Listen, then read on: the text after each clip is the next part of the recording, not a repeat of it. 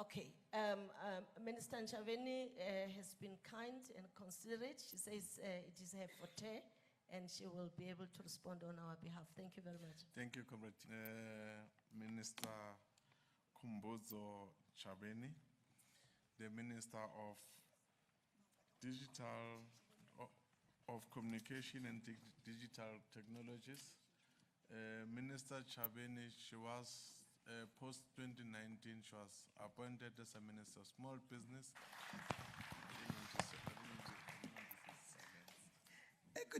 Good morning. You'll have to pardon the voice. We have not been sleeping for the last 5 days. And actually, I was worried. It's a great honor to call you Madam TG. That in our lifetime, and first in the history of this movement, we're in 110th year, 55th National Conference. We deliver a first Treasurer General of the mighty ANC, in particular in the ICT sector. As women, not only in the ANC, but women in society, if yourself do not support the platform that is led by our Treasurer General, we'll say you are not supporting this platform because it's led by a woman, and we'll take it personal. Madam TG, you're excused.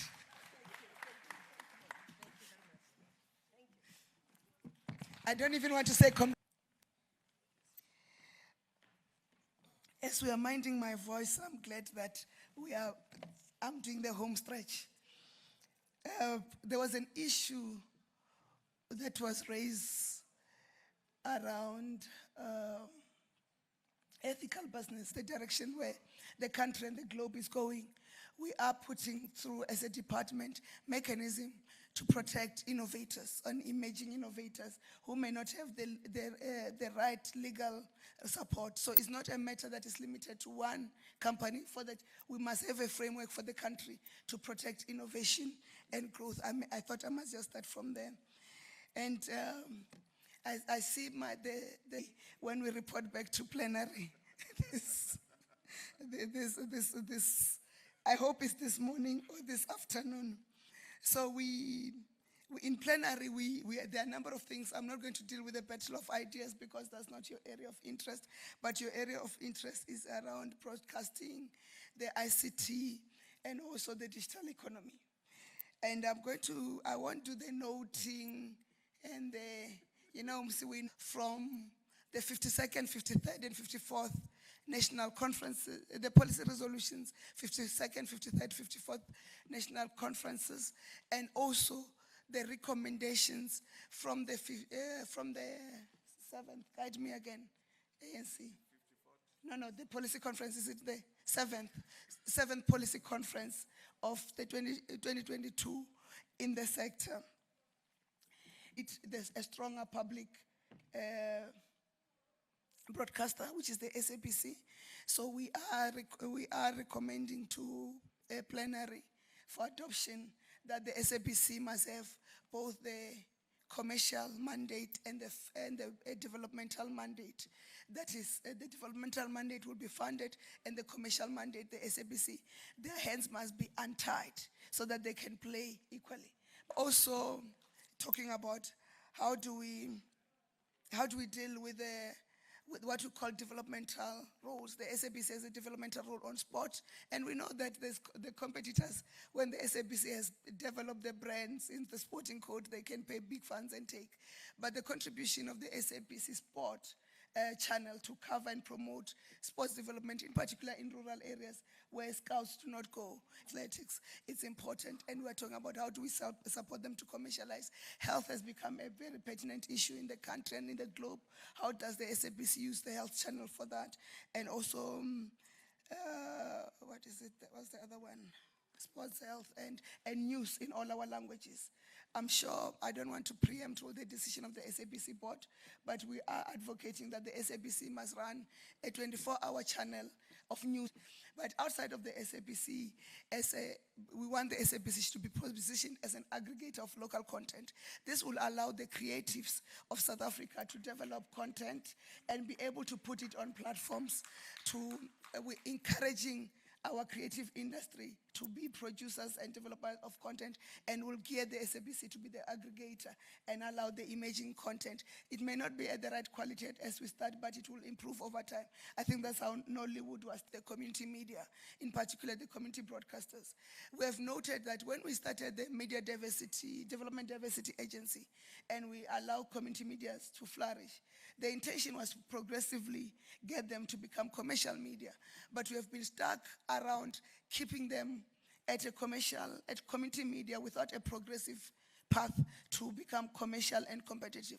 As therefore, our community media is not sustainable because we have put rules. So part of what we are recommending is that there must be direct progression from community media to become commercial, though we need to manage how that will add value.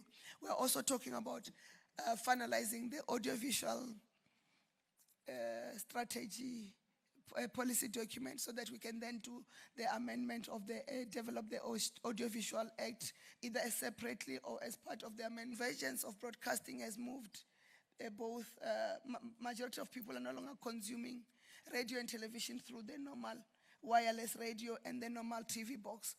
But you're seeing an influx of international conglomerates who are taking over, strengthening the news producers, newspapers, broadcasters, whether radio and TV, because they don't get paid for that content. But what's interestingly, in Europe, this social media, there must be rules for that. There's compensation for local content producers, whether they are media houses or whether they are other just content producers.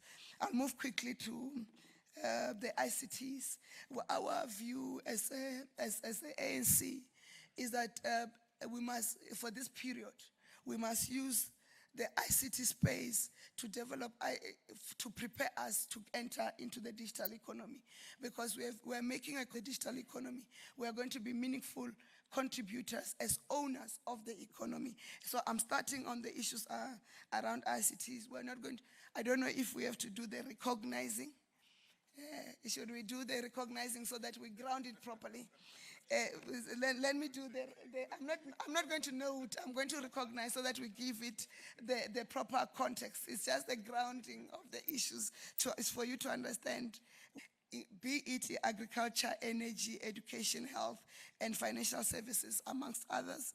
And that in the last 5 years, and these 5 years were meaning from 2017, because in the ANC, our 5 years differs with government.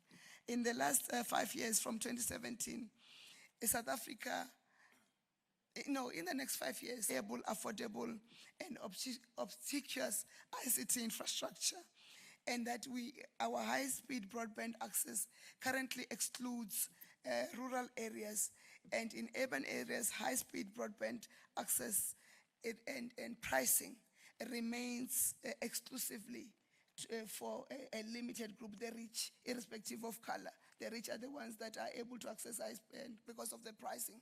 We only pay for data, but it's a set amount and unlimited for the period.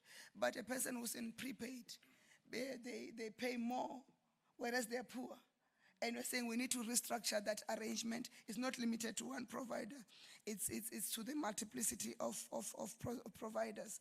We are also acknowledging that we have, as a country, we've got the leveraging on that capability. And we're saying, when you've got the POPIA, Protection of Personal Information Act, we need to leverage the ability to provide data centers and cloud technology from South Africa, because our data cannot be stored outside of our country, except for countries that are compliant to the POPIA Act or similar arrangements. So we need to drive and hold an investment drive into hosting, and that our country has a long way to go, and that's the issue that was raised by ENCA, I think. It has a long way to go in addressing economic transformation gap and creating space for entrance in the telecommunications sector as part of dealing with sector monopolies and redressing historic exclusion. And we don't want to chase off Vodacom sponsorship. Thank you for being the major. and that our fiber connectivity and backhaul remains critical for the rollout of universal access to connectivity to all communities, and there's a need to extend fiber to rural communities and townships to ensure fiber to the home. So though we are using other technologies, we still believe that fiber to the home is necessary for all South African, and that we have made progress in the rationalization of the State Digital Infrastructure Company. As it comes in, we are going to support it actively to ensure that SMMEs in the space can participate using the SIDC, SDIC infrastructure to give them a leg up as they go to participate. And we're also going to acknowledging that there's voting in my province. It's one of the first ones to vote. So they're calling, where are you in the queue? So I'm being